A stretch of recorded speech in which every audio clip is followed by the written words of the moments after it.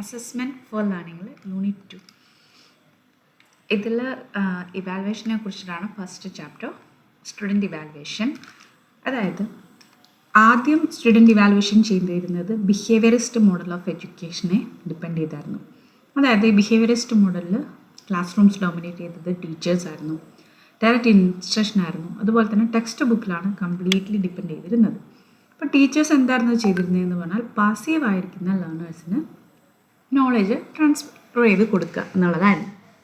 അപ്പോൾ ലേണിംഗ് എന്ന് പറയുന്നത് ഒരു ഒബ്സർവബിൾ ചേഞ്ച് ഇൻ ബിഹേവിയർ ആയിട്ടാണ് കൺസിഡർ ചെയ്തിരുന്നത്. അപ്പോൾ ഇതിന് യൂസ് ചെയ്തിരുന്ന മെത്തേഡ്സിൽ റിപ്പിറ്റേഷൻ, മെമ്മറൈസേഷൻ, ഡ്രിൽ, പ്രാക്ടീസ്, അങ്ങനെ ലേണിംഗ് ബൈ റോട്ട് അല്ലെങ്കിൽ റോട്ട് ലേണിംഗ് എന്ന് പറയുന്ന, അതായത് ബൈ ഹാർട്ട് പഠിക്കാമെന്നൊക്കെ നമ്മൾ പറയില്ല, അതായിരുന്നു യൂസ് ചെയ്തുകൊണ്ടിരുന്നത്. അപ്പോൾ ലേണിങ്ങിനെ ഇൻറ്റേർണലൈസ് ചെയ്യുന്നത് ഒരു മെറ്റീരിയൽ റിപ്പീറ്റ് ചെയ്തുകൊണ്ടാണ്. ഇപ്പം ഗുണനപ്പട്ടികയാണെങ്കിലും ആൽഫബറ്റ്സ് ആണെങ്കിലും എല്ലാം ഇങ്ങനെ റിപ്പീറ്റ് ചെയ്തുകൊണ്ടാണ്. അപ്പോൾ ഇത് ഒരു സ്റ്റിമുലസ് റെസ്പോൺസിൻ്റെ റിസൾട്ടായിട്ടാണ് ഇവിടെ ലേണിങ്ങിനെ കണ്ടിരുന്നത്. അതായത് ഒരു event is connected to another event. നമ്മൾ സൈക്കോളജിയിൽ കണ്ടിട്ടാണ് നമ്മളൊരു സ്റ്റിമുലസ് കൊടുക്കുന്നു, അതിന് റെസ്പോൺസ് ആയിട്ടാണ് ലേണിങ്ങിനെ കണ്ടിരുന്നത്. അപ്പോൾ റീഇൻഫോഴ്സ്മെൻ്റ് എന്ന് പറയുന്നത് വളരെ ക്രൂഷ്യലായിരുന്നു. ടീച്ചർ സെൻറ്റേർഡ് ആയിട്ടിരുന്ന ഒരു ഇൻസ്ട്രക്ഷണൽ മോഡലായിരുന്നു. ടീച്ചറുടെ ജോലി എന്ന് പറയുന്നത് ഒരു pre defined body of knowledge ഒരു ഫിക്സഡ് ഓർഡറിൽ കുട്ടിയിലേക്ക് പകർന്നു കൊടുക്കുക എന്നുള്ളതായിരുന്നു. അപ്പോൾ സ്റ്റുഡൻസ് റിസീവേഴ്സ് ഓഫ് നോളേജ് ആയിരുന്നു, ഒരിക്കലും ആക്റ്റീവ് പാർട്ടിസിപ്പൻസ് ആയിരുന്നില്ല. അങ്ങനെ ആ ട്രാൻസ്മിഷൻ മോഡൽ ഓഫ് ലേണിങ്ങിൻ്റെ ഒരു ഡയഗ്രാം നോക്കുകയാണെങ്കിൽ നേച്ചർ മീൻസ് എക്സ്പീരിയൻസ്, സെൻസസ്, അതായത് sensory experiences, mind, conceptual representations, ഇത്രയും മാത്രമായിരുന്നു ഒന്ന് ലേണിങ്ങിൽ ഉണ്ടായിരുന്നത്. അതായത് ബ്ലൂംസ് ടാക്സോണമിയൊക്കെ യൂസ് ചെയ്തുകൊണ്ട് ഇൻസ്ട്രക്ഷണൽ ഒബ്ജക്റ്റീവ്സ് ആയിരുന്നു ഇവാലുവേഷന് വേണ്ടിയിട്ട് കൂടുതലായിട്ടും യൂസ് ചെയ്തിരുന്നത്. പിന്നെ അക്കാദമിക് അച്ചീവ്മെൻറ്റിനെ മെഷർ ചെയ്തിരുന്നത് കുട്ടിക്ക് എത്രത്തോളം ക്യാപ്പബിലിറ്റി ഉണ്ട്, ടീച്ചർ പറഞ്ഞ കാര്യം റിപ്പീറ്റ് ചെയ്യാൻ എന്നുള്ളതായിരുന്നു. അപ്പോൾ ടെസ്റ്റ്, അതായത് എക്സാംസ്, ടെസ്റ്റൊക്കെ ഈ കുട്ടിയുടെ ലേണിംഗ് എത്രത്തോളം ഉണ്ട് എന്ന് നോക്കാൻ വേണ്ടിയിട്ടുള്ള മെഷേഴ്സ് ആയിട്ടാണ് യൂസ് ചെയ്തിരുന്നത്. ഇനി ഈ ട്രാൻസ്മിഷൻ മോഡൽ ഓഫ് ലേണിങ്ങിൽ ഇൻസ്ട്രക്ഷണൽ എന്താണ് പഠിപ്പിക്കേണ്ടത്, എങ്ങനെയാണ് പഠിപ്പിക്കേണ്ടതെന്ന് ക്ലിയർലി ഡിഫൈൻഡ് ആയിരിക്കും. ഇവാലുവേഷൻ എന്ന് പറയുന്നത് മീനിങ് ഫുൾ ആവുന്നത് ഈ ഗോൾസ് എല്ലാം പ്രീ ഡിറ്റർമിൻഡ് ആണെന്ന് വിശ്വസിച്ചിരുന്നു. നേരത്തെ പറഞ്ഞ പോലെ ബ്ലൂംസ് ടാക്സോണമിയൊക്കെ ഇതിൽ യൂസ് ചെയ്ത് റീകോൾ ചെയ്യുക, റിപ്ലിക്കേറ്റ് ചെയ്യുക, അതുപോലെ തന്നെ ടീച്ചർ ഡിസൈൻ ചെയ്തിട്ടുള്ള ഫോമിൽ തന്നെ നോളജ് ഡെമോൺസ്ട്രേറ്റ് ചെയ്യുക, ഇതൊക്കെയായിരുന്നു ഒരു കുട്ടിയുടെ ഡ്യൂട്ടി. ഈ മോഡലിൽ ലേണിംഗ് എന്ന് പറയുന്നത് ലീനിയർ ആയിരുന്നു, അതായത് ഒരു നേർരേഖയിൽ മാത്രം സഞ്ചരിക്കുന്നതാണ്. അതിന് വേറെ അതർ ഡയറക്ഷൻസോ വേറൊരു കാര്യമില്ല. അതായത് എക്സ്റ്റേണൽ എൻവയോൺമെൻറ്റിൽ നിന്നും ഇൻറ്റേർണൽ അണ്ടർസ്റ്റാൻഡിങ്ങിലേക്ക് മനസ്സിലാക്കുക എന്നുള്ളതായിരുന്നു ഈ ഒരു മോഡലിൻ്റെ പ്രത്യേകത. ഡിസൈഡ് ചെയ്യുന്നതും ലേണിംഗ് എക്സ്പീരിയൻസ് ഡിസൈഡ് ചെയ്യുന്നതും ടീച്ചർ ടീച്ച് ചെയ്യുന്നു, ലേണർ അതിന് റെസ്പോണ്ട് ചെയ്യുന്നു, ടീച്ചർ ഇവാലുവേറ്റ് ചെയ്യുന്നു, കറക്റ്റ് ചെയ്യുന്നു, അതായത് ഫീഡ്ബാക്ക് കൊടുക്കുന്നു, പിന്നെ വീണ്ടും ടീച്ച് ചെയ്യുന്നു. ഈ ഒരു സ്ട്രക്ചർ, അതായത് ഈ ഒരു ലീനിയർ പ്രോസസ്സിൽ തന്നെയാണ് ബിഹേവിയറിസത്തിൽ ടീച്ചിങ് പോയിക്കൊണ്ടിരിക്കുന്നത്. ടീച്ചർ പാഠഭാഗങ്ങൾ പ്ലാൻ ചെയ്യുന്നു, ഡെലിവർ ചെയ്യുന്നു, ലേണർ റെസ്പോണ്ട് ചെയ്യുന്നു, ടീച്ചർ ഇവാലുവേറ്റ് ചെയ്യുന്നു, ഫീഡ്ബാക്ക് പ്രൊവൈഡ് ചെയ്യുന്നു, ടീച്ചർ കണ്ടിന്യൂ ചെയ്യുന്നു. ഈ ഒരു പ്രോസസ്സിൽ തന്നെ ഇങ്ങനെ പോയിക്കൊണ്ടിരിക്കുകയായിരുന്നു. ഓക്കെ, അതിൻ്റെ ഒരു ഡയഗ്രാം കൂടെ ഇവിടെ കൊടുത്തിട്ടുണ്ട്. ഇനി ബിഹേവിയറിസ്റ്റ് മോഡലിൻ്റെ ഫീച്ചേഴ്സ് എന്ന് പറഞ്ഞാൽ ടീച്ചർ സെൻറ്റേർഡ് ആണ്, കണ്ടൻറ് ഓറിയൻറ്റഡ് ആണ്, ടീച്ചിങ്ങിന് എംഫസിസ് ആയിരുന്നു more than the learning process. Learners എന്ന് പറയുന്നത് റിസീവേഴ്സ് ആണ്, ക്രിയേറ്റേഴ്സ് ഓഫ് നോളജ് അല്ല. ലേണിംഗ് എന്ന് പറയുന്നത് ഡിപ്പെൻഡ് ചെയ്തിരിക്കുന്നത് എക്സ്റ്റേണൽ മോട്ടിവേഷൻ ആണ്, റിവാർഡ്സ് ആൻഡ് പണിഷ്മെൻറ്റ്സ്. പിന്നെ ലേണേഴ്സിനെ വെസൽസ് ആയിട്ട്, അത് വെസൽസ് ആണ്, നമ്മൾ അവരെ ഫില്ല് ചെയ്തുകൊണ്ടിരിക്കുക. അതുകൊണ്ട് തന്നെ ലേണിംഗ് ഇവിടെ ഒരു മെക്കാനിക്കൽ പ്രോസസ്സായിരുന്നു. SR റിലേഷൻഷിപ്പിലാണ് ഫോക്കസ് ചെയ്തിരുന്നത്. എല്ലാ ഏജ് ഗ്രൂപ്പിനും ഈ സെയിം മെത്തേഡാണ് യൂസ് ചെയ്തിരുന്നത്. റീഇൻഫോഴ്സ്മെൻറ്റ് ലേണിങ്ങിനെ ഇമ്പ്രൂവ് ചെയ്യുന്നു എന്ന് വിശ്വസിച്ചിരുന്നു. ലേണിംഗ് ബിഹേവിയർ മോഡിഫിക്കേഷൻ ഉണ്ടായിരുന്നു. ഔട്ട്പുട്ട് പ്രൊഡക്റ്റ് ഓഫ് ലേണിങ്ങിലാണ് ഫോക്കസ് ചെയ്തിരുന്നത്. പിന്നെ ബിഹേവിയറിസ്റ്റ് ലേണിംഗ് തിയറീസിൻ്റെ ഫൗണ്ടേഷൻസ് ആണ് യൂസ് ചെയ്തിരുന്നത്. ടീച്ചറിൻ്റെ റോൾ എന്ന് പറയുന്നത് ഒരു ട്രെയിനറിൻ്റെ ആയിരുന്നു, അല്ലാതെ ഒരു ഫെസിലിറ്റേറ്ററിൻ്റെ അല്ല. ഇനി അസസ്മെൻറ്റിൻ്റെ പർപ്പസ് എന്താണ് ബിഹേവിയറിസ്റ്റ് മോഡലിൽ എന്ന് നോക്കിയാൽ, ഇപ്പോൾ ഡിസൈർഡ് ബിഹേവിയേഴ്സ് ഒക്കെ ഡെവലപ്പ് ചെയ്തിട്ടുണ്ടോ, റെസ്പോൺസും സ്റ്റിമുലസും തമ്മിലൊരു അലൈൻമെൻ്റ് ഉണ്ടോ, ചേർച്ചയുണ്ടോ, പിന്നെ റീഇൻഫോഴ്സ്മെൻറ്റ് സ്ട്രാറ്റജീസ് എല്ലാം വർക്ക് ചെയ്യുന്നുണ്ടോ, സ്റ്റിമുലസ് ആൻഡ് എൻവയോൺമെൻറ്റ് സ്യൂട്ടബിൾ ആണോ, aptitude and cues of the ലേണേഴ്സിനെ അസസ് ചെയ്യുക, അതുപോലെ തന്നെ റെസ്പോൺസും സ്റ്റിമുലസിൻ്റെ കണ്ടൻറ്റും സീക്വൻസും ഒക്കെ മാച്ച് ചെയ്യുന്നുണ്ടോ, റെസ്പോൺസസ് ഫിക്സ്ഡ് ആണോ, റിപ്പീറ്റബിൾ ആണോ, അതുപോലെ തന്നെ ട്രാൻസ്ഫർ ഓഫ് ലേണിംഗ് ന്യൂ സിറ്റുവേഷൻസിന് അപ്ലൈ ചെയ്യാനായിട്ട് പറ്റുന്നുണ്ടോ, പിന്നെ മെഷർ ചെയ്യുക the ability to regeneralise and automate responses, പിന്നെ എൻഷർ ചെയ്യുക പ്രാക്ടീസ് കൊടുക്കുന്നുണ്ട്, ഡ്രില്ലിംഗ് മെത്തേഡ്സും കാര്യങ്ങളെല്ലാം കൊടുക്കുന്നുണ്ട്, സ്റ്റിമുലിയൊക്കെ പ്രോപ്പർലി അലൈൻഡ് ആണ്, അതുപോലെ തന്നെ എൻവയോൺമെൻറ്റൽ കണ്ടീഷൻസ് എല്ലാം കറക്റ്റ് റെസ്പോൺസസ് എനാബിൾ ചെയ്യുന്നുണ്ടോ എന്നുള്ളതല്ല. ഇതിൽ കുറേ പോയിന്റ്സ് റിപ്പീറ്റ് ചെയ്തിട്ടുണ്ട് കേട്ടോ. ഇനി drawbacks of evaluation system in behaviourist മോഡലിൽ ഇവാലുവേഷൻ സിസ്റ്റത്തിൻ്റെ ഡ്രോബാക്സ് എന്തൊക്കെയായിരുന്നു? അതായത് അക്കാദമിക് അച്ചീവ്മെൻറ്റിൽ ഒരു ഓവർ എംഫസിസ് കൊടുത്തിരുന്നു. സമ്മേറ്റീവ് അസസ്മെൻറ്റ്സിലാണ് ഫോക്കസ് ചെയ്തിരുന്നത്. പിന്നെ ലോ ലെവൽ കൊഗ്നിറ്റീവ് എബിലിറ്റീസിനെ പ്രയോറിറ്റൈസ് ചെയ്തിരുന്നു. പിന്നെ റിട്ടേൺ ടെസ്റ്റുകളിലാണ് കൂടുതൽ ഫോക്കസ് ചെയ്തിരുന്നത്. അതുകൊണ്ട് തന്നെ ആക്ച്വൽ സ്കില്ലിനെ അതുപയോഗിച്ച് നമുക്ക് മെഷർ ചെയ്യാനായിട്ട് പറ്റില്ല. മെൻ്റൽ പ്രോസസ്സിനെ ഇഗ്നോർ ചെയ്തിരുന്നു. ഹയർ ലെവൽ തിങ്കിങ്ങിനെ ഇവാലുവേറ്റ് ചെയ്യാൻ പറ്റിയിരുന്നില്ല. റോട്ട് ലേണിങ്ങിനെ എൻകറേജ് ചെയ്തിരുന്നു. കണ്ടിന്യൂസ് ലേണിങ്ങിനെ ഇഗ്നോർ ചെയ്തിരുന്നു. കോൾ സ്കോളാസ്റ്റിക് എബിലിറ്റീസിനെ ഇഗ്നോർ ചെയ്തിരുന്നു. ലേണർ പാർട്ടിസിപ്പേഷൻ അവിടെ ഒരു സ്കോപ്പും ഇല്ല. പ്രീ സെറ്റ് ഒബ്ജക്റ്റീവ്സിൽ ബേസ് ചെയ്തിട്ടായിരുന്നു ടീച്ചിങ് നടന്നിരുന്നത്. അതുകൊണ്ട് തന്നെ അവിടെ ഫ്ലെക്സിബിലിറ്റി ഇല്ല. ടീച്ചറിന് full control over the process ആയിരുന്നു. സ്റ്റുഡൻസിനെ റിഫ്ലക്റ്റ് ചെയ്യാനോ ഇവാലുവേറ്റ് ചെയ്യാനായിട്ടുള്ള യാതൊരു സ്കോപ്പും ഇല്ല. സ്റ്റുഡൻസ് ഒറ്റയ്ക്കാണ് വർക്ക് ചെയ്തിരുന്നത്. Students work alone, increasing competition അതുകൊണ്ട് തന്നെ കൂട്ടിയിരുന്നു. പിന്നെ മെത്തേഡ്സ് ഓഫ് ലേണിങ്ങിൻ്റെ ഡെമോൺസ്ട്രേഷനൊക്കെ വളരെ ലിമിറ്റഡ് ആയിരുന്നു. അതുകൊണ്ട് ആങ്സൈറ്റി ഒക്കെ ക്രിയേറ്റ് ചെയ്യാനുള്ള സാധ്യതയും ഇതിൽ കൂടുതലായിരുന്നു. മോട്ടിവേഷൻ കുറവായിരുന്നു. ലേണിംഗ് എന്ന് പറയുന്നത് മെക്കാനിക്കലായിരുന്നു, റിജിഡായിരുന്നു. റിജിഡ് മീൻസ് ഒരു ചേഞ്ചും വരാതെ അചഞ്ചലമായി നിൽക്കുന്ന ഒന്നായിരുന്നു. പിന്നെ സെൽഫ് ഇംപ്രൂവ്മെൻറ്റിനോ ഫീഡ്ബാക്കിനോ അവിടെ ഒരു സ്പേസ് ഇല്ല. കൂടുതൽ എംഫസിസ് എക്സാംസിലും റാങ്ക്സിലും മാർക്സിലൊക്കെ ആയിരുന്നു. അതുകൊണ്ട് തന്നെ പലപ്പോഴും കുട്ടികളുടെ കോൺഫിഡൻസ് പറയാനും മറ്റേത് കാരണമായിരുന്നു. റിവാർഡും പണിഷ്മെൻറ്റ്സ് എന്ന് പറയുന്നതെല്ലാം പെർഫോമൻസിനെ ഗൈഡ് ചെയ്യാൻ വേണ്ടിയിട്ട് മാത്രമുള്ളതായിരുന്നു. പാസീവ് ലിസണിങ് ആയിരുന്നു കുട്ടികൾ ചെയ്തിരുന്നത്. അതുകൊണ്ട് തന്നെ നമുക്ക് അവരെ അസസ് ചെയ്യുക എന്ന് പറയുന്നത് ഡിഫിക്കൽട്ടായിരുന്നു. ഇനി വരുന്ന നെക്സ്റ്റ് അപ്രോച്ചാണ് കൺസ്ട്രക്റ്റീവിസ്റ്റ് അപ്രോച്ച്. ഇനി ക്ലാസ് റൂം ഇവാലുവേഷനിൽ കൺസ്ട്രക്റ്റീവ് അപ്രോച്ചിൻ്റെ റോൾ എന്താണെന്ന് നോക്കുകയാണെങ്കിൽ, ഫീച്ചേഴ്സ് നോക്കുകയാണെങ്കിൽ ബിഹേവിയറിസ്റ്റ് അപ്രോച്ച് ടീച്ചർ സെൻറ്റേർഡ് ആണെങ്കിൽ കൺസ്ട്രക്റ്റീവിസം എങ്ങനെയാണ്? സ്റ്റുഡൻറ്റ് സെൻറ്റേർഡ് ആണ്. അതായത് ലേണറിൻ്റെ ഭാഗത്തു നിന്നും ഒരു ആക്റ്റീവ് പാർട്ടിസിപ്പേഷൻ ഉണ്ട്. പിന്നെ ഒരു സിംഗിൾ മെത്തേഡല്ല കൺസ്ട്രക്റ്റീവിസത്തിൽ യൂസ് ചെയ്തിരുന്നത്. ഒരുപാട് പെഡഗോജിക്കൽ ബിലീഫ്സും പ്രാക്ടീസസും ഒക്കെ ഫോക്കസ് ചെയ്തിരുന്നു. അതുപോലെ തന്നെ ആക്റ്റീവായിട്ട് നോളജ് കൺസ്ട്രക്ട് ചെയ്യാനായിട്ട് ശ്രമിച്ചിരുന്നു. അതായത് ഫാക്ട്സ് ഇങ്ങനെ കൊടുക്കുക, അത് ലേണേഴ്സ് പാസീവായിട്ട് അബ്സോർബ് ചെയ്യുക എന്നുള്ളതല്ലായിരുന്നു. അതിലൂടെ ഒരു മീനിങ് ത്രൂ എക്സ്പീരിയൻസസിലൂടെയൊക്കെ മീനിങ് കൺസ്ട്രക്ട് ചെയ്യാനായിട്ട് നോക്കിയിരുന്നു. ഈ അപ്രോച്ച് റോട്ട് ലേണിങ്ങിന് എതിരാണ്. മനസ്സിലാക്കി പഠിക്കുക, മീനിങ് മേക്ക് ചെയ്ത് പഠിക്കുക എന്നുള്ളതാണ് കൂടുതൽ ഫോക്കസ് ചെയ്തിരുന്നത്, റാദർ ദാൻ മെമ്മറൈസേഷൻ. പ്രീവിയസ് നോളജിൽ ബിൽഡ് ചെയ്തിട്ടാണ് ഓരോ പുതിയ ഇൻഫർമേഷനും കുട്ടികൾക്ക് കൊടുക്കുന്നത്. ഓൾറെഡി അവർക്ക് എന്തറിയാം, ഓൾറെഡി അവർ ആ വിഷയവുമായി ബന്ധപ്പെട്ട് എന്തൊക്കെ എക്സ്പീരിയൻസ് ചെയ്തിട്ടുണ്ട്, അതെല്ലാം മനസ്സിലാക്കിയതിന് ശേഷമാണ് ന്യൂ നോളജ് പാസ് ഓൺ ചെയ്തിരുന്നത്. പിന്നെ കോൺക്രീറ്റ് ആയ എക്സ്പീരിയൻസസിൽ, അതായത് അബ്സ്ട്രാക്റ്റ് ആയിട്ടുള്ള ഐഡിയാസ് പറഞ്ഞു കൊടുക്കുകയാണെങ്കിൽ പോലും റിയൽ വേൾഡ് ഹാൻഡ്സ് ഓൺ എക്സ്പീരിയൻസസുമായി ഇത് കണക്ട് ചെയ്തിരുന്നു. പിന്നെ ഒരു കൊളാബറേറ്റീവ് പ്രോസസ്സായിരുന്നു ലേണിംഗ് എന്ന് പറയുന്നത്. കുട്ടികളും ടീച്ചർമാരും തമ്മിൽ ഒരു ഇൻട്രാക്ഷൻ അവിടെ സംഭവിച്ചിരുന്നു. ഇനി കൺസ്ട്രക്റ്റീവ് ലേണിംഗ് പ്രോസസ്സ് നോക്കുകയാണെങ്കിൽ ഇവിടെ ലേണിങ്ങിനെ ഒരു റീകൺസ്ട്രക്ഷൻ ആയിട്ടാണ് കൺസിഡർ ചെയ്യുന്നത്. എന്നാൽ മുൻപുണ്ടായിരുന്ന എക്സ്പീരിയൻസസിനെയും നോളജിനെയും റീഇൻറ്റർപ്രറ്റ് ചെയ്യാനുള്ള അവസരമാണ് ഇവിടെ കിട്ടുന്നത്. പിന്നെ നോളജിനെ കൺസ്ട്രക്ട് ചെയ്യുക, അതായത് കുട്ടിക്ക് നിലവിൽ ഉള്ള അറിവിനെ വീണ്ടും ആക്റ്റീവായിട്ട് ബിൽഡ് ചെയ്യുക എന്നുള്ളതാണ്. പിന്നെ വളരെ എക്സ്പ്ലോറേറ്ററി ആയിട്ടുള്ള ഒരു ലേണിംഗ് എൻവയോൺമെൻ്റ് ആയിരുന്നു. ക്ലാസ് റൂം എന്ന് പറയുന്നത് ഡിസ്കവറി, ക്വസ്റ്റ്യനിങ് ആൻഡ് റിഫ്ലക്ഷനെയൊക്കെ സപ്പോർട്ട് ചെയ്യുന്ന ഒന്നായിരുന്നു. ഈ കൺസ്ട്രക്റ്റീവ് ലേണിങ്ങിൻ്റെ ഫ്ലോ കൊടുത്തിട്ടുണ്ട്. നേച്ചർ, സെൻസസ്, മൈൻഡ്, അതായത് എക്സ്പീരിയൻസ്, സെൻസറി എക്സ്പീരിയൻസ്, പിന്നെ മൈൻഡിലേക്കാണ് ഇത് പോകുന്നത്, അതായത് കോൺസെപ്ച്വൽ റിപ്രസെൻറ്റേഷൻസിലേക്കാണ് ഇത് പോകുന്നത്. ഈ ചാർട്ട് എന്താണ് കാണിക്കുന്നതെന്ന് പറഞ്ഞാൽ, ലേണിംഗ് പ്രോഗ്രസ് ചെയ്യുന്നത് concrete experiences in the real വേൾഡിൽ നിന്നും സെൻസറി കൺസ്ട്രക്റ്റീവിസ്റ്റ് വ്യൂ ഓഫ് ലേണിങ്ങിൻ്റെ ഡെഫിനിഷൻ എന്താണെന്ന് പറഞ്ഞാൽ, അക്കാദമിക് അച്ചീവ്മെൻറ്റ് നമുക്ക് രണ്ട് രീതിയിൽ മെഷർ ചെയ്യാം.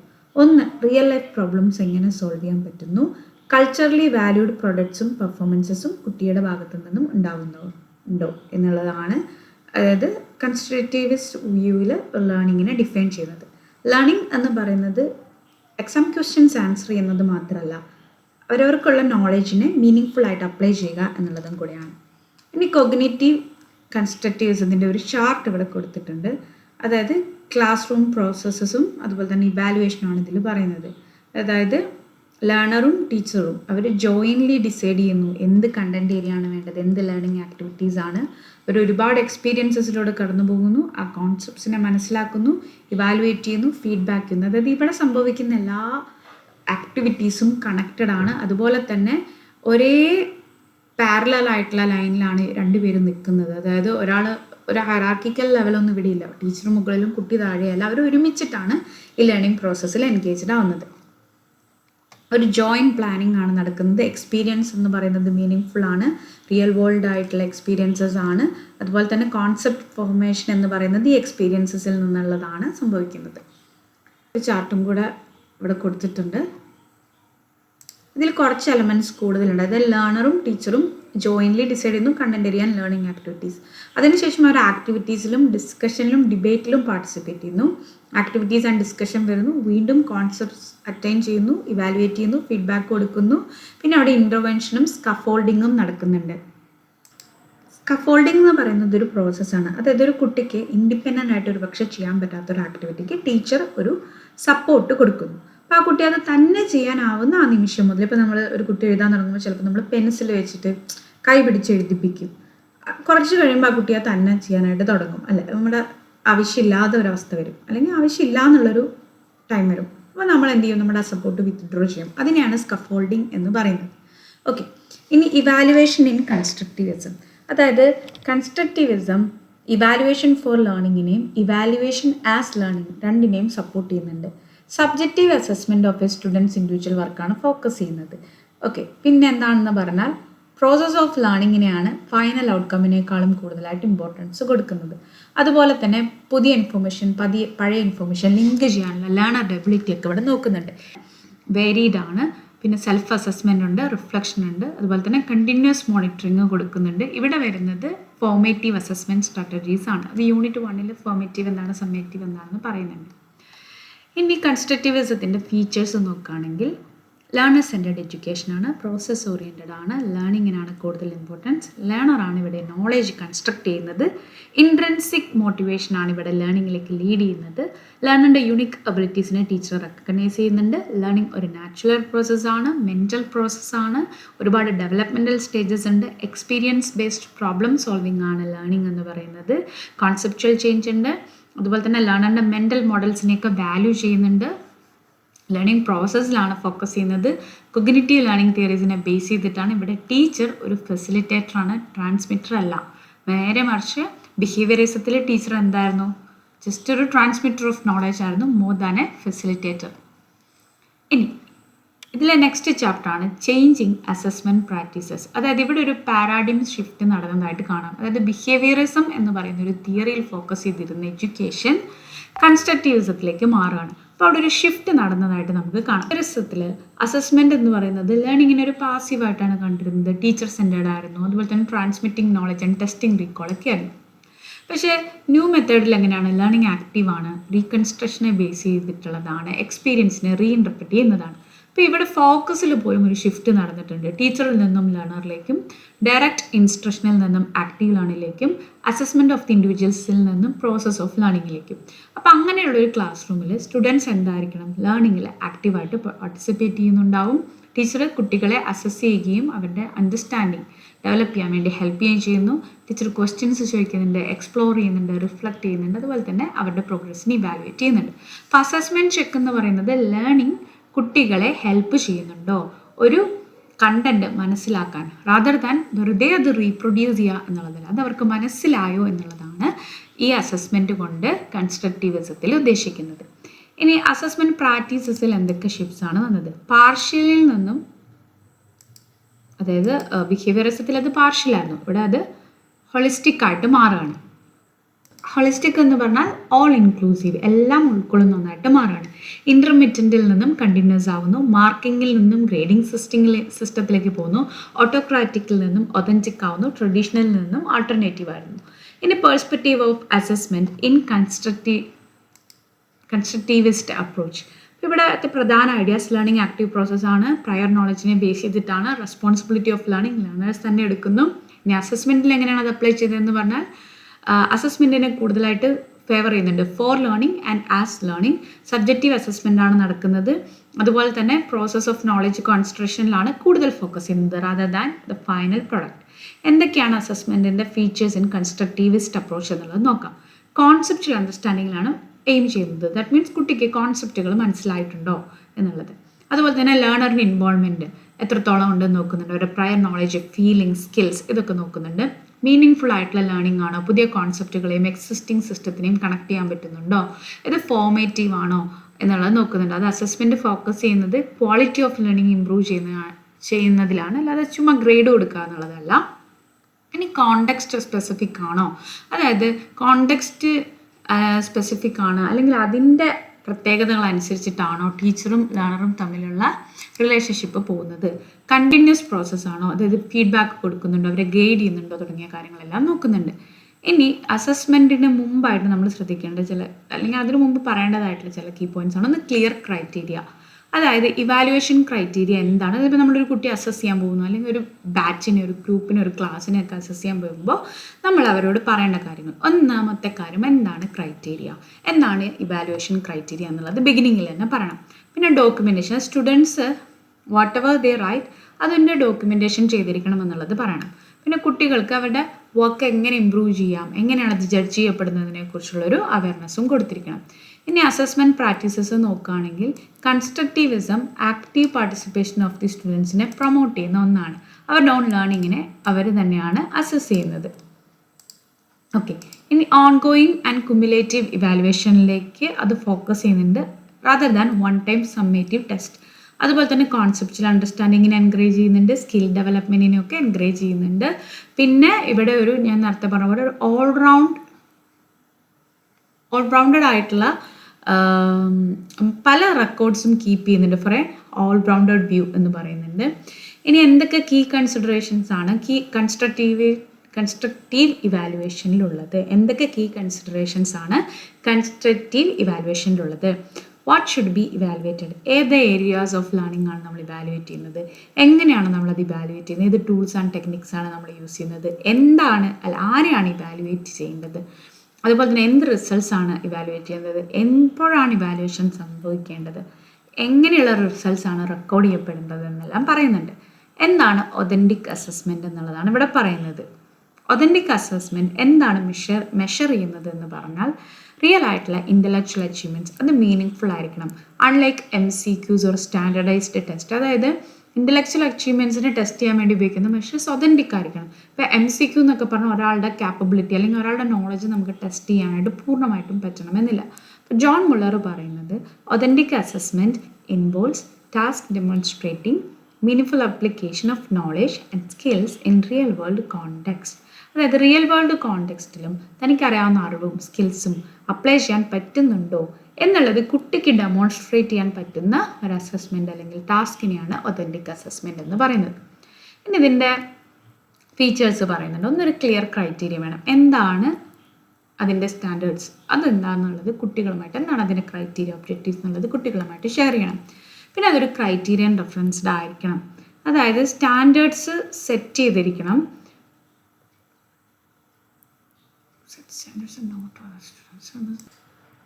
ക്ലിയർ ക്രൈറ്റീരിയയിൽ പറയുന്നത് എന്താണ് കുട്ടികളിൽ നിന്നും ഈ ഒരു അസസ്മെൻറ്റിൽ നിന്നും എക്സ്പെക്റ്റ് ചെയ്യുന്നത്.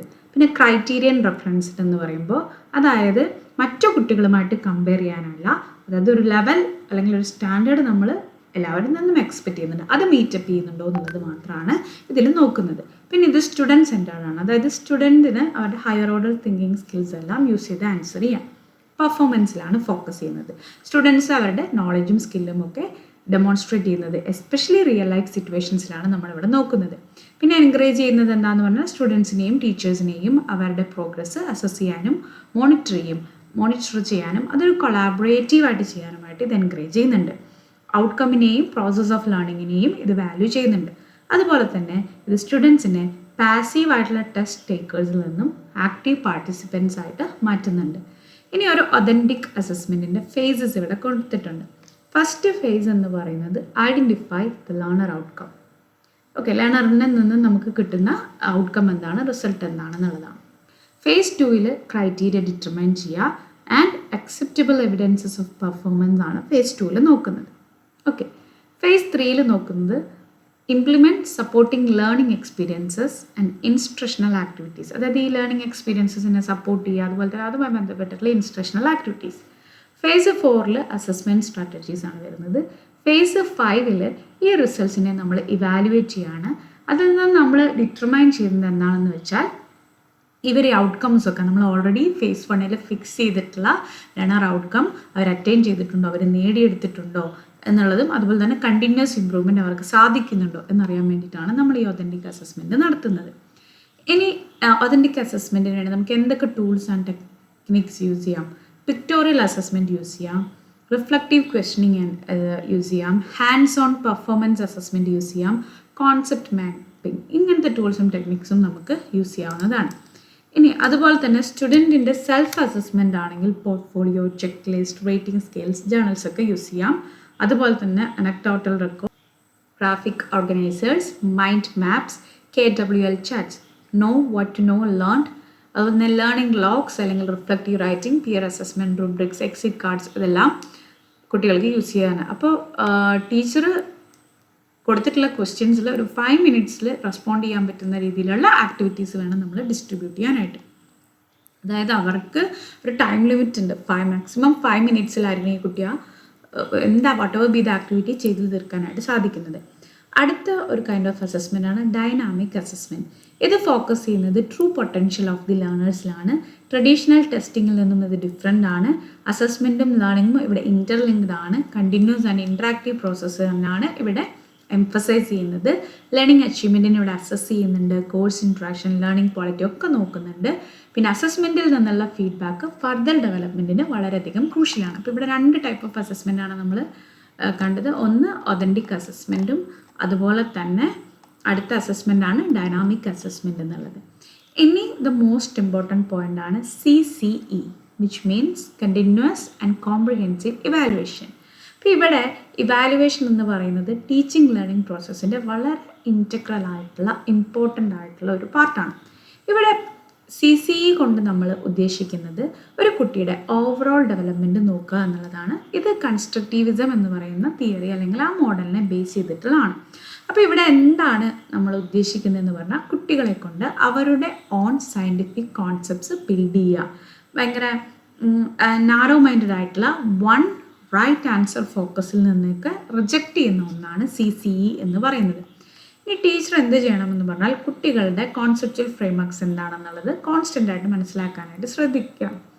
അതിന് വേണ്ടിയിട്ട് അസസ്മെൻറ്റും ഫീഡ്ബാക്കും ഒക്കെ അവർക്ക് യൂസ് ചെയ്യാം to improve teaching and learning.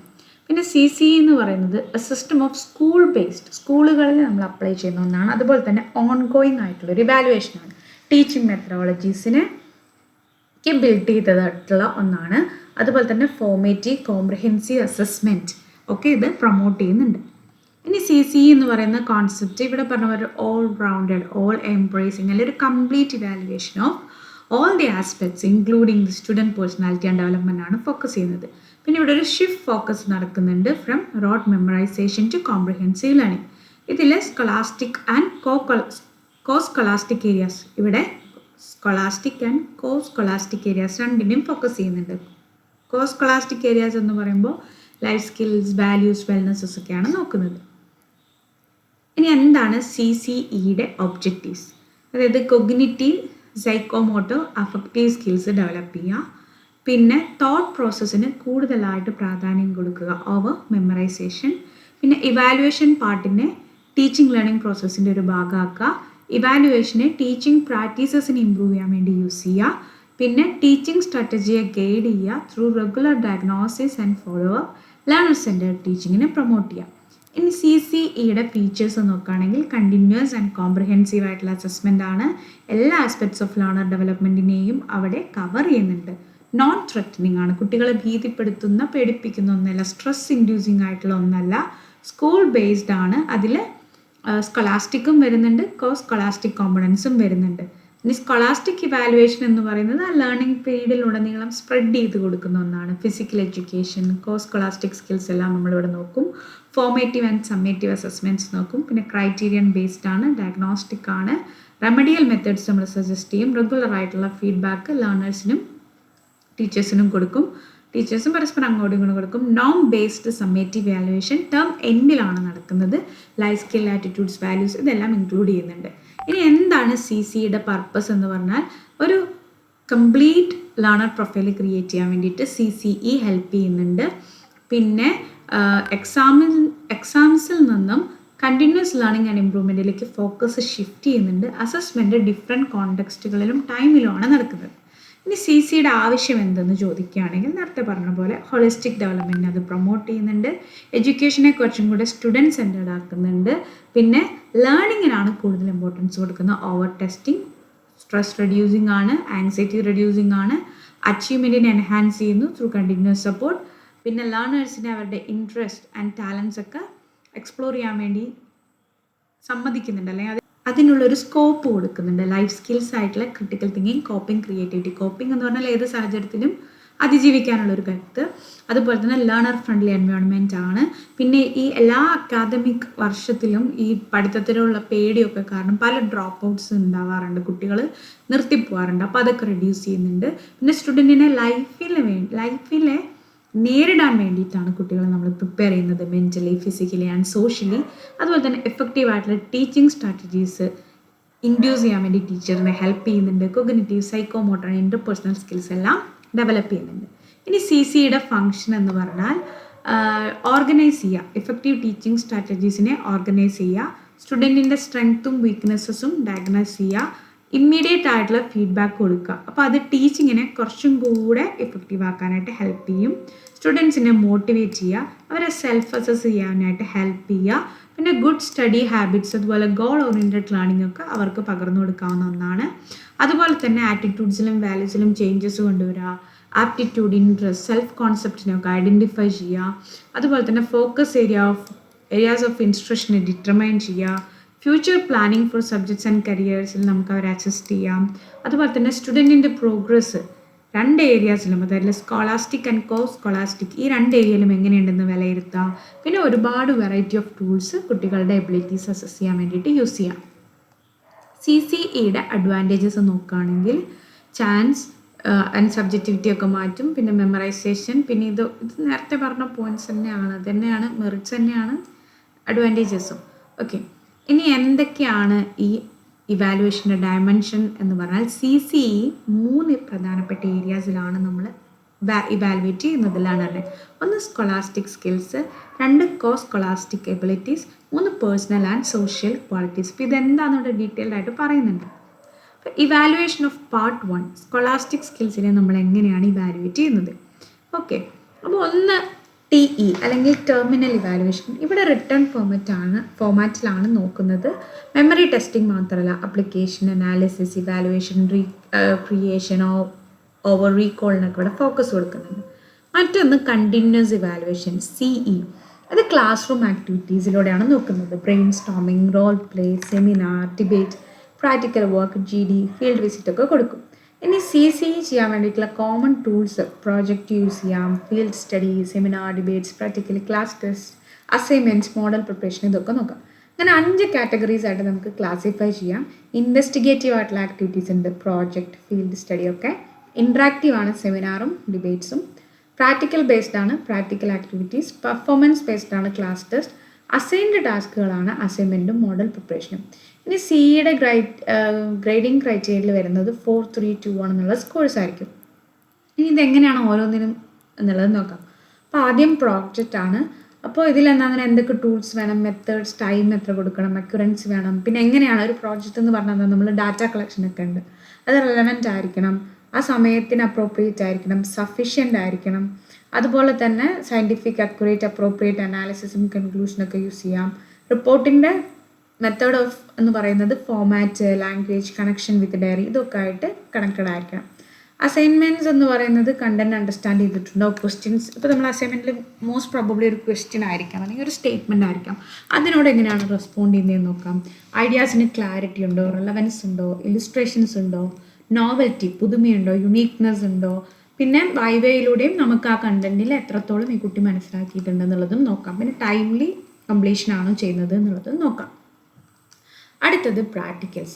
ഇവിടെ നോക്കുന്നത് പ്രൊസീജിയർ ഓർഡർ, സയൻറ്റിഫിക് അണ്ടർസ്റ്റാൻഡിങ്, എങ്ങനെയാണ് എക്യുപ്മെൻറ്റിനെ ഹാൻഡിൽ ചെയ്യുന്നത്, അതിൽ അക്യുറസി ഉണ്ടോ, കൺട്രോളിംഗ് ഉണ്ടോ, പിന്നെ വാലിഡിറ്റി, കമ്പാരിസൺ, ഇൻഫറൻസ്, എന്താണ് ആ റെക്കോർഡ് വർക്കിൻ്റെ ക്വാളിറ്റി, ഇതൊക്കെ നോക്കാം. ഇതൊക്കെ സ്കൂളിലെ കാര്യങ്ങളാണ് കേട്ടോ. ഇപ്പോൾ സെമിനാർസ് എന്ന് പറയുമ്പോൾ എങ്ങനെ, സെമിനാറിന് ചിലപ്പോൾ ഇൻഡിവിജ്വലായിട്ടൊരു കുട്ടി ഒരു ടോപ്പിക്ക് സെലക്ട് ചെയ്ത് പ്രസൻറ്റ് ചെയ്യാതിരിക്കാം, അല്ലെങ്കിൽ ചില ഏരിയാസിലെ ടീച്ചേഴ്സ് തന്നെ ടോപ്പിക് കൊടുക്കുന്ന പ്രവണതയുണ്ട്. അപ്പോൾ ടോപ്പിക് സെലക്ഷൻ എങ്ങനെയാണ്, അതിൻ്റെ സ്ട്രക്ചർ എങ്ങനെയാണ്, റിലവൻസ് എന്താണ്, സഫിഷ്യൻസി, ഇൻട്രൊഡക്ഷൻ, ബോഡി, കൺക്ലൂഷനൊക്കെ സ്ട്രക്ചറിലുണ്ടോ, അത് നന്നായി കമ്മ്യൂണിക്കേറ്റ് ചെയ്യാൻ പറ്റുന്നോ, ഫ്ലുവൻ്റ് ഉണ്ടോ, സബ്ജക്റ്റ് അവനെ നന്നായി മനസ്സിലാക്കിയിട്ടുണ്ടോ എന്നുള്ളതെല്ലാം നോക്കാം. ഇനി റെക്കോർഡ്സ് ഓർ കളക്ഷൻസിൽ അതിൻ്റെ അക്യൂറസി നോക്കാം. ഡയറി, ഇപ്പോൾ ഏതൊരു റെക്കോർഡാണെങ്കിലും അത് നമ്മളിപ്പോൾ ഒരു ആക്ടിവിറ്റി ഓറിയൻറ്റഡ് ആണെങ്കിൽ അല്ലെങ്കിൽ ഒരു എക്സ്പെരിമെൻ്റ് ഓറിയൻറ്റഡ് ആണെങ്കിൽ അതുമായി റിലേറ്റ് ചെയ്ത് നമ്മളൊരു ഡയറി കീപ്പ് ചെയ്യാറുണ്ട്. അപ്പോൾ അത് നീറ്റാണോ, ഓർഡർ ഉണ്ടോ, ഓർഡർ ലൈൻനെസ് മൂന്നാമത്തെ പോയിന്റിൽ അതിന് നീറ്റ്നെസ് ഉണ്ടോ, അത് ഓർഡേർഡ് ആണോ, അതുപോലെ തന്നെ കണ്ടന്റ് അണ്ടർസ്റ്റാൻഡിങ് ഒക്കെ ഉണ്ടോ എന്നുള്ളത് വൈവ ത്രൂ ചെയ്യാം. പിന്നെ field study, planning, data collection, observation, അങ്ങനെ കുറേ മെത്തേഡ്സ് ഉണ്ട്. ഡിബേറ്റിനും എല്ലാം അറിയാവുന്ന കാര്യങ്ങൾ തന്നെയാണ്. മോഡൽ പ്രിപ്പറേഷൻ, റിലവൻസ് ആണോ, ക്രിയേറ്റിവിറ്റി ഉണ്ടോ തുടങ്ങിയ കാര്യങ്ങളൊക്കെ നോക്കാം. ഇനി പാർട്ട് 2 നമ്മൾ ഇവാലുവേറ്റ് ചെയ്യുന്നത് സ്കോളാസ്റ്റിക് ഏരിയാസ് ആണ്. ഇവിടെ work experience, art education, health and physical education, ഈ 3 ഏരിയാസാണ് ഇതിൽ വരുന്നത്. അടുത്ത evaluation part 3 personal and social qualities, communication skills, group working skills, regularity, character and conduct, leadership qualities, school club activities ഒക്കെ ഇവിടെ evaluate ചെയ്യാം. ഇനി നോൺ കോഗ്നിറ്റീവ് ഏരിയാസ് ആണ് skills, interest and attitudes. ഇതും നമുക്ക് അസസ് ചെയ്യാം. അതിനുവേണ്ടി നമുക്ക് പ്രാക്ടിക്കൽ ടെസ്റ്റുകൾ കൊടുക്കാം, റെക്കോർഡ്സ് ഇവാലുവേറ്റ് ചെയ്യാം, റിട്ടേൺ ടെസ്റ്റുകളൊക്കെ കൊടുക്കാം. ഇനി ഇൻട്രസ്റ്റ് അസസ് ചെയ്യാൻ വേണ്ടി നമുക്ക് ഇൻട്രസ്റ്റ് ഇൻവെൻറ്ററീസ് കൊടുക്കാം. അതായത് സെൽഫ് റിപ്പോർട്ട് ടൂൾസ് ഒക്കെ ഉപയോഗിച്ചിട്ട് ഒരു Strong vocational interest, blank Kuder preference റെക്കോർഡൊക്കെ കൊടുക്കാം. പിന്നെ ടീച്ചർ ഒബ്സർവേഷൻ റെക്കോർഡ് കീപ്പിങ്ങിൽ ഹോബീസ് ഒബ്സർവ് ചെയ്യാം, റീഡിങ് ഹാബിറ്റ്സ്, അതുപോലെ തന്നെ ലേഷ്യ വെറുതെ ഇരിക്കുന്ന സമയത്ത് ഇവർ എന്തൊക്കെ ആക്ടിവിറ്റീസ് ആണ്. പിന്നെ ടൂൾസ് ആയിട്ട് നമുക്ക് audio video recording, activity logs, reading analysis ഒക്കെ കൊടുക്കാം. ഇനി അസസ്മെൻറ്റ് ഓഫ് ആറ്റിറ്റ്യൂഡിൽ ആൽപോർട്ട് പറയുന്നത് a mental and neural state of readiness formed by experiencing and influencing response എന്നുള്ളതാണ് ആൽപോർട്ട് ഡിഫൈൻ ചെയ്തിട്ടുള്ളത്. അതായത് നമ്മുടെ ബോഡി ആണെങ്കിലും മൈൻഡ് ആണെങ്കിലും ഒരു സ്റ്റേറ്റ് ഓഫ് റെഡിനെസ്സിലാണെങ്കിൽ മാത്രമാണ് നമുക്ക് എക്സ്പീരിയൻസിലൂടെയും മറ്റുള്ളവരെ ഇൻഫ്ലുവൻസ് ചെയ്യുകയാണെങ്കിലും നമുക്ക് സെൽഫായിട്ട് ഇൻഫ്ലുവൻസ് ചെയ്യാനാണെങ്കിലും അല്ലെങ്കിൽ കാര്യങ്ങൾ പഠിക്കാനൊക്കെ ആയിട്ട് സാധിക്കുള്ളൂ. അപ്പോൾ ഇതിനു വേണ്ടി എന്തൊക്കെ ടെക്നിക്സ് യൂസ് ചെയ്യാം? ടീച്ചർ ഒബ്സർവേഷൻ യൂസ് ചെയ്യാം, records, audio video recordings, rating scale, interviews, അങ്ങനെ പലതും യൂസ് ചെയ്യാം. ഇനി CCI സ്ട്രക്ചറിൻ്റെ ഒരു സമ്മറി ചാർട്ട് ഇവിടെ കൊടുത്തിട്ടുണ്ട്. പാർട്ട് 1 എന്താണ് വരുന്നത്, പാർട്ട് 2 എന്താണ് വരുന്നത്, പേഴ്സണൽ ആൻഡ് സോഷ്യൽ സ്കിൽസിൽ എന്തൊക്കെയാണ്. പാർട്ട് 1 സ്കോളാസ്റ്റിക് സ്കിൽസിലാണ് TEC വരുന്നത്. T റിട്ടേൺ ആണ്. C എന്ന് പറയുന്നത് പ്രോജക്റ്റ്, സെമിനാർ, പ്രാക്ടിക്കൽസ് ആണ്. സ്കോളാസ്റ്റിക്കിൽ എന്തൊക്കെയാണ്? Work experience, art education, health and physical education. ഇനി ഗ്രേഡിംഗ് സിസ്റ്റത്തിൽ വരുന്നത്, ഗ്രേഡിംഗ് സിസ്റ്റം നമ്മൾ യൂസ് ചെയ്യുന്നത് കുറച്ചും കൂടെ സബ്ജക്റ്റിവിറ്റി ആൻഡ് എററിനെ റിഡ്യൂസ് ചെയ്യാൻ വേണ്ടിയിട്ടാണ്. ഫ്രം ലാർജ് സ്കോറിംഗ് സിസ്റ്റം, അതുപോലെ തന്നെ detailed numbers with broad categories ഇത് ഇൻട്രൊഡ്യൂസ് ചെയ്യുന്നുണ്ട്. പിന്നെ ബോർഡർ ലൈൻ സ്കോർ ഇഷ്യൂസ് ഒക്കെ സോൾവ് ചെയ്യാനായിട്ട് ഗ്രേഡിംഗ് സ്കെയിൽ യൂസ് ചെയ്യുന്നുണ്ട്. ഇപ്പോൾ 5 പോയിൻറ്റ് സ്കെയിൽ ഉണ്ട്, 7 പോയിൻറ്റ് സ്കെയിൽ ഉണ്ട്, 9 പോയിൻറ്റ് സ്കെയിൽ ഉണ്ട്, 10 പോയിൻറ്റ് സ്കെയിൽ ഉണ്ട്, അങ്ങനെ പല ഗ്രേഡിംഗ് സ്കെയിൽസും ഉണ്ട്.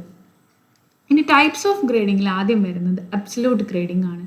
അതായത് അബ്സല്യൂട്ട് ഗ്രേഡിങ്ങിൽ നമ്മൾ എന്ത് ചെയ്യുന്നു പറഞ്ഞാൽ നമ്മളിപ്പോൾ ഇവാലുവേറ്റ് ചെയ്ത് കിട്ടുന്നതിനെ പേഴ്സൻറ്റേജ് ആയിട്ടാണ് മാറ്റുന്നത്. ചിലപ്പോൾ ലെറ്റർ ഗ്രേഡ്സും യൂസ് ചെയ്യാറുണ്ട്, A+, AB+, C+ എന്നൊക്കെ പറഞ്ഞിട്ട്.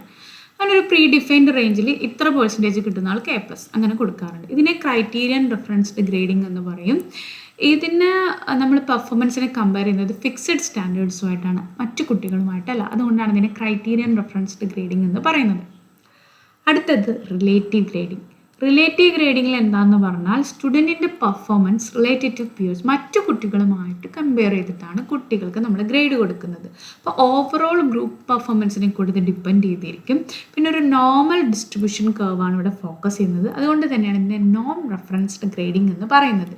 ഇപ്പോൾ ഇവിടെ ഡിഫറെൻറ്റ് ടൈപ്സ് ഓഫ് ഗ്രേഡിങ്ങിൻ്റെ ഒരു ചാർട്ട് കൊടുത്തിട്ടുണ്ട്. ഗ്രേഡിങ്ങിൽ ഡയറക്റ്റും ഉണ്ട്, ഇൻഡയറക്റ്റും ഉണ്ട്. ഇൻഡയറക്റ്റ് ഗ്രേഡിങ്ങിൽ രണ്ടെണ്ണമുള്ളത് അബ്സല്യൂട്ട് ഗ്രേഡിങ്ങും റിലേറ്റീവ് ഗ്രേഡിങ്ങും. അബ്സല്യൂട്ട് ഗ്രേഡിംഗ് എന്ന് പറഞ്ഞാൽ എന്താണെന്നുള്ളതൊക്കെ ഇനി വരുന്നുണ്ട്. ഓക്കെ, ഇപ്പോൾ ഡയറക്റ്റ് ഗ്രേഡിങ്ങിൽ A to I എന്നുള്ള ഇതായിരിക്കാം നമ്മൾ അസൈൻ ചെയ്യുന്നത്. Skills, trades, attitudes. പിന്നെ CGPA കാൽക്കുലേഷനിലൊക്കെ നമ്മൾ ഡയറക്റ്റ് ഗ്രേഡിംഗ് ആണ് യൂസ് ചെയ്യുന്നത്. ഇപ്പം 9 മാർക്സ് ആണെങ്കിൽ A, 5 മാർക്സ് ആണെങ്കിൽ E, അങ്ങനെയായിരിക്കും നമ്മൾ കൊടുക്കുന്നത്. അപ്പോൾ ഓരോ ക്വസ്റ്റിനും ഓരോ ഒബ്റ്റൈൻഡ് ഗ്രേഡ് എന്താണ്, ഏത് ഗ്രേഡ് പോയിൻ്റ് ആണ് കിട്ടിയത് തുടങ്ങിയ കാര്യങ്ങൾ ഇവിടെ കൊടുത്ത് ആവറേജ് CGPA കാൽക്കുലേറ്റ് ചെയ്യുന്നൊരു മെത്തേഡും ഇവിടെ കൊടുത്തിട്ടുണ്ട്. പക്ഷേ ഇത് സ്മോൾ ഗ്രൂപ്പ്സിനാണ് നല്ലത്. അല്ലാതെ ഒരു ലാർജ് സ്കെയിലും എക്സാമിനൊക്കെ പോയി ഒരുപാട് ടൈം കൺസ്ട്രെയിൻസ് നമുക്കുണ്ടാവും. അടുത്തത് ഇൻഡയറക്റ്റ് ഗ്രേഡിംഗ്. ഇതിലെന്താണെന്ന് പറഞ്ഞാൽ ഗ്രേഡ്സ് ബേസ്ഡ് ഓൺ കൺവേർട്ടഡ് മാർക്സിനെ കൺവേർട്ട് ചെയ്യാണ് ചെയ്യുന്നത്. ലാർജ് സ്കെയിൽ അസസ്മെൻറ്റ്സിനൊക്കെ ഇൻഡയറക്റ്റ് ഗ്രേഡിംഗ് നല്ലതാണ്. Objective, fast and easier to implement ആണ് ഇത്. ഇതിൽ 2 ടൈപ്പ് ഉണ്ട്. Absolute grading, like I said criterion based predefined standards ഉണ്ടാവും. Relative grading which is called non referenced ആണ്. ഒരു ഗ്രൂപ്പിൻ്റെ പെർഫോമൻസിനെതിരെയാണ്. പക്ഷേ ഒരു ഫിക്സഡ് പെർസെൻറ്റേജ് ഓഫ് സ്റ്റുഡൻസിന് മാത്രമാണ് ടോപ്പ് ഗ്രേഡ്സ് കിട്ടുന്നുള്ളൂ. അബ്സല്യൂട്ട് ഗ്രേഡിങ്ങിനെ കുറിച്ച് കുറച്ചുകൂടി ഡീറ്റെയിൽഡ് ആയിട്ട് പറയുകയാണെങ്കിൽ ഒരു ഫിക്സഡ് സ്കോർ റേഞ്ച് ഉണ്ടാവും ഓരോ ഗ്രേഡിനും. ക്രൈറ്റീരിയൻ ബേസ്ഡ് ആയിരിക്കും. സ്മോൾ ഗ്രൂപ്പ് അല്ലെങ്കിൽ സ്പെസിഫിക് കമ്പിറ്റൻസി ബേസ്ഡ് വാലുവേഷനൊക്കെ അത് യൂസ് ചെയ്യാം. ഇപ്പം 100ലാണെങ്കിൽ 91 to 100 ആണെങ്കിൽ A+, അതിൻ്റെ ന്യൂമറിക്കൽ വാല്യൂ വിൽ ബി 6, അതിൻ്റെ ഗ്രേഡ് ഡെസ്റ്റിനേഷൻ എക്സലൻറ്റ്, അങ്ങനെ ബിലോ ആവറേജ് അങ്ങനെ. റിലേറ്റീവ് ഗ്രേഡിംഗ് എന്ന് പറഞ്ഞാൽ പെർഫോമൻസ് ഓഫ് ദി ഗ്രൂപ്പിന് വേണ്ടിയിട്ടാണ്. നോൺ റെഫറൻസ്ഡ് ആണ്. അതൊരു സ്റ്റുഡൻറ്റിൻ്റെ പെർഫോമൻസ് മറ്റു കുട്ടികളുമായിട്ട് കമ്പയർ ചെയ്യുന്നുണ്ട്. പിന്നെ ഇവിടെ Z സ്കോർസ്, മീൻ, സ്റ്റാൻഡേർഡ് ഡീവിയേഷനൊക്കെ നമുക്ക് ഗ്രേഡിനെ ബേസ് ചെയ്യാനായിട്ട് എടുക്കാം, അല്ലെങ്കിൽ അത് കണ്ടുപിടിക്കാനൊക്കെ നമുക്ക് യൂസ് ചെയ്യാം. ലാർജ് സ്കെയിൽ കോമ്പറ്റേറ്റീവ് എക്സാംസിനൊക്കെ ഇത് യൂസ് ചെയ്യാം. ഇവിടെ അതിൻ്റെ ഗ്രേഡും സ്കോർ റേഞ്ചും പെർസെൻറ്റേജ് ഓഫ് സ്റ്റുഡൻസും അങ്ങനെ കൊടുത്തിട്ടുണ്ട്. ഇനി ഇതെന്തിനാണെന്ന് പറഞ്ഞാൽ സ്റ്റുഡൻറ്റിൻ്റെ റാങ്ക് അല്ലെങ്കിൽ performance level within a group fix ചെയ്യാൻ വേണ്ടിയിട്ട് നമുക്ക് യൂസ് ചെയ്യാം. സെലക്ഷൻ, റാങ്കിങ്, ക്ലാസിഫിക്കേഷൻ, കോമ്പറ്റേറ്റീവ് എക്സാംസിനൊക്കെ ഇത് യൂസ് ചെയ്യാവുന്നതാണ്. ഇനി process and progress criteria and grading. Process criteria എന്ന് പറഞ്ഞാൽ അത് ഫോക്കസ് ചെയ്യുന്നത് how learning happens, not just the result മാത്രമല്ല, എങ്ങനെയാണ് അത് സംഭവിക്കുന്നത്. അസസ് ചെയ്യുന്നത് ആക്ടിവിറ്റീസിലുള്ള പാർട്ടിസിപ്പേഷൻ, GD, എക്സ്പെരിമെൻറ്റ്സ്, ക്ലാസ്സിൽ നടക്കുന്ന interaction, quizzes and other formative task. Progress criteria എന്ന് പറഞ്ഞാൽ ലേണിംഗ് ഗെയിൻ ആണ് നോക്കുന്നത്. സ്കോറിൻ്റെ ഇമ്പ്രൂവ്മെൻ്റ് ആണ് ഇവിടെ നോക്കുന്നത്. അതായത് ലേണിങ്ങിൽ ഗ്രോത്ത് ഉണ്ടാവുന്നുണ്ടോ എന്നുള്ളതാണ് ഇവിടെ നോക്കുന്നത്. അപ്പോൾ സ്റ്റുഡൻറ്റിൻ്റെ progress from the start to the end of a course ആണ് ഇവിടെ നോക്കുന്നത്. ഇനി practices that dilute a grade's validity and effectiveness. So ഇതൊരു ഗ്രേഡിൻ്റെ വാലിഡിറ്റിയും അതിൻ്റെ എഫക്റ്റീവ്നെസ്സും കുറയ്ക്കുന്ന ചില പ്രാക്ടീസസ്. അതായത് penalising students for multiple attempts at master. അതായത് ഒരു കുട്ടി ഒന്നിൽ കൂടുതൽ അറ്റംപ്റ്റ്സ് അവരുടെ ഒരു ടാസ്ക് ആവാം, ഒരു എക്സാം ആവാം, അല്ലെങ്കിൽ കോൺസെപ്റ്റ് ആവാം, അത് നടത്തുകയാണെങ്കിൽ മാർക്ക് കുറയ്ക്കുന്ന രീതിയാണ്. പിന്നെ ഹോംവർക്കിന് മാർക്ക് കൊടുക്കുന്നുണ്ട്. അതുപോലെ തന്നെ ഡീറ്റെയിൽഡ് ഫീഡ്ബാക്കിന് ഗ്രേഡ്സ് യൂസ് ചെയ്യാം. പിന്നെ സെൽഫ് ഡിപ്പെൻഡൻസിന് മാർക്ക് കൊടുക്കാം. അതുപോലെ തന്നെ പല കാര്യങ്ങൾക്കും നമുക്ക് മാർക്ക് കൊടുക്കാം. ഇനി എന്തൊക്കെയാണ് ഗ്രേഡിംഗ് സിസ്റ്റത്തിൻ്റെ അഡ്വാൻറ്റേജസ് എന്ന് പറഞ്ഞാൽ ഫോക്കസ് മാർക്സിലല്ല, അതുപോലെ തന്നെ അൺഹെൽത്തി ആയിട്ടുള്ള കോമ്പറ്റീഷനെയും അത് അവോയ്ഡ് ചെയ്യുന്നുണ്ട്.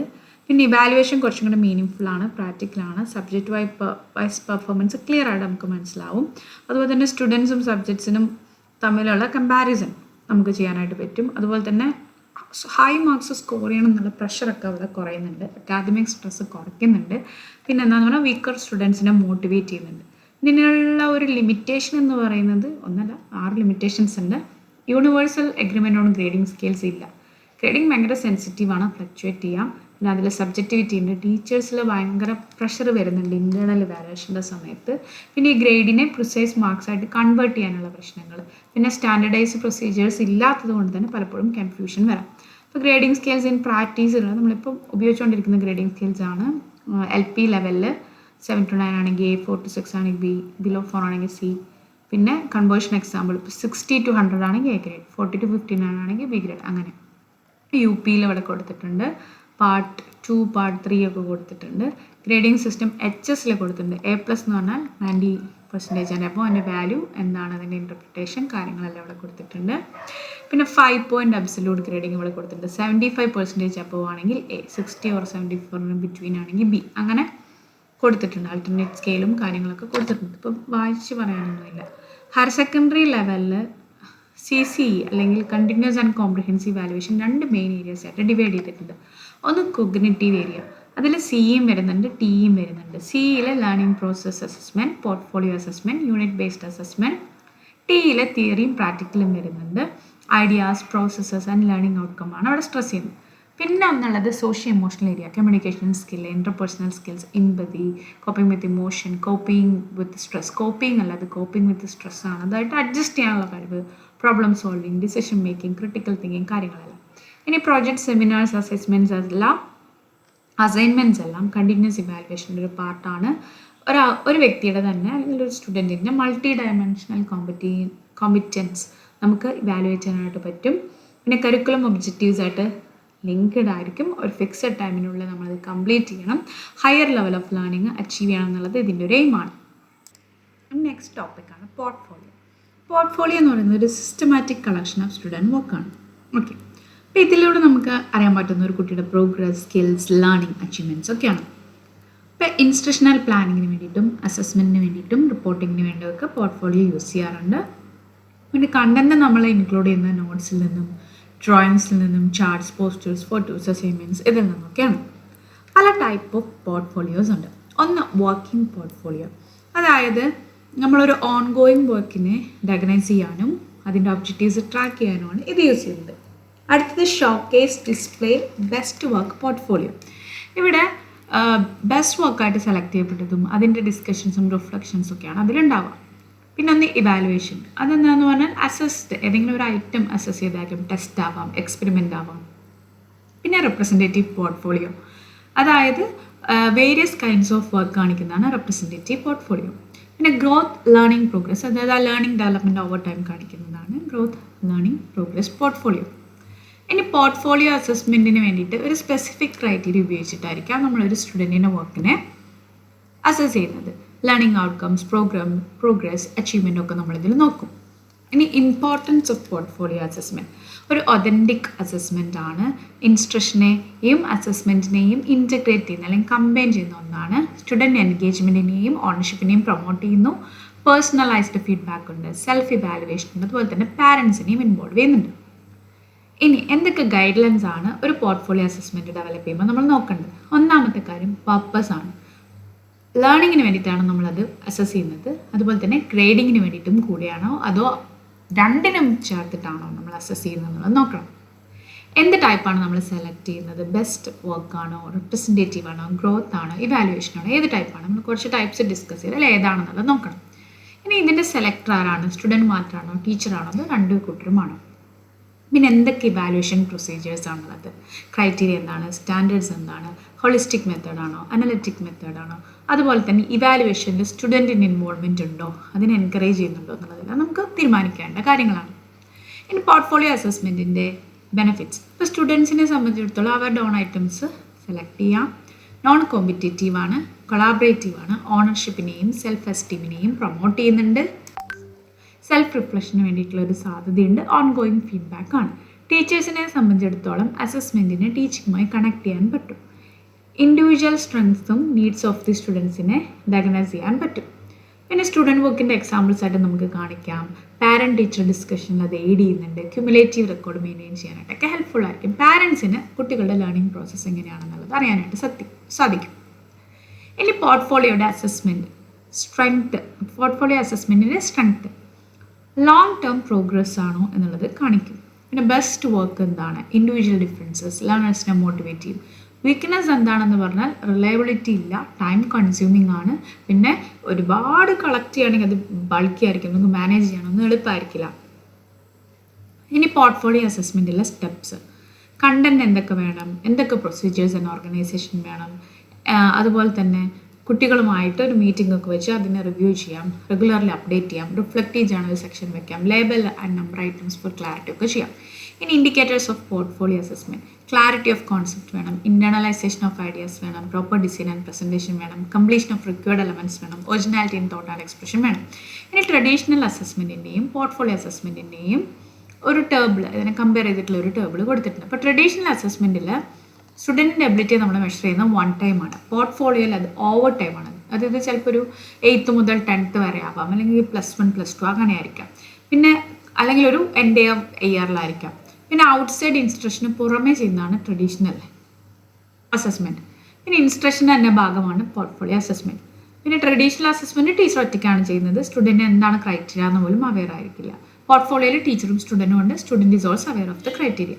ട്രഡീഷണൽ അസസ്മെൻറ്റിന് സ്റ്റുഡൻറ്റിന് റെസ്പോൺസിബിലിറ്റി ഒന്നുമില്ല, പോർട്ട്ഫോളിയോയിൽ student take the complete responsibility. Traditional അസസ്മെൻറ്റിൽ does not allow teacher's knowledge of the student as a learner. അതായത് ടീച്ചർക്ക് കുട്ടിയെക്കുറിച്ച് അറിയാവുന്ന കാര്യങ്ങൾ അതിൻ്റെ ഒരു ഇൻട്രപ്ഷൻ ഉണ്ടാവില്ല, പക്ഷേ allows expression of teacher's knowledge of student as a ലേണറിന് ഇവിടെ ഒരു എക്സ്പ്രഷൻ ഉണ്ട്, അല്ലെങ്കിൽ അത് ഇൻഫ്ലുവൻസ് ചെയ്യാം, അല്ലെങ്കിൽ അതൊരു ഇൻഫ്ലുവൻസ് ചെയ്യുന്നൊരു ഘടകം തന്നെയാണ്. പിന്നെ ഗ്രേഡ് അസൈൻ ചെയ്യുന്നുണ്ട്. ഇവിടെ എന്താണെന്ന് പറഞ്ഞാൽ സ്റ്റുഡൻസ് ഇൻവോൾവ് ചെയ്യുന്നത് അവരുടെ സെൽഫ് അസസ്മെൻ്റ് ആണ്. പിന്നെ does not capture the full range of students language ability. അവരുടെ മൊത്തം കഴിവിനെ ഇവിടെ നമുക്ക് അസസ് ചെയ്യാനായിട്ട് പറ്റില്ല, പക്ഷേ അവരുടെ ലാംഗ്വേജ് ലേണിങ്ങിൻ്റെയും പെർഫോമൻസിൻ്റെയും പല ഫേസസ് അല്ലെങ്കിൽ പല ഫേസസും ഇവിടെ അസസ് ചെയ്യാനായിട്ട് സാധിക്കും. ഓക്കെ, നെക്സ്റ്റ് ചാപ്റ്റർ വേറൊരു വീഡിയോ ആയിട്ട് ചെയ്യാം.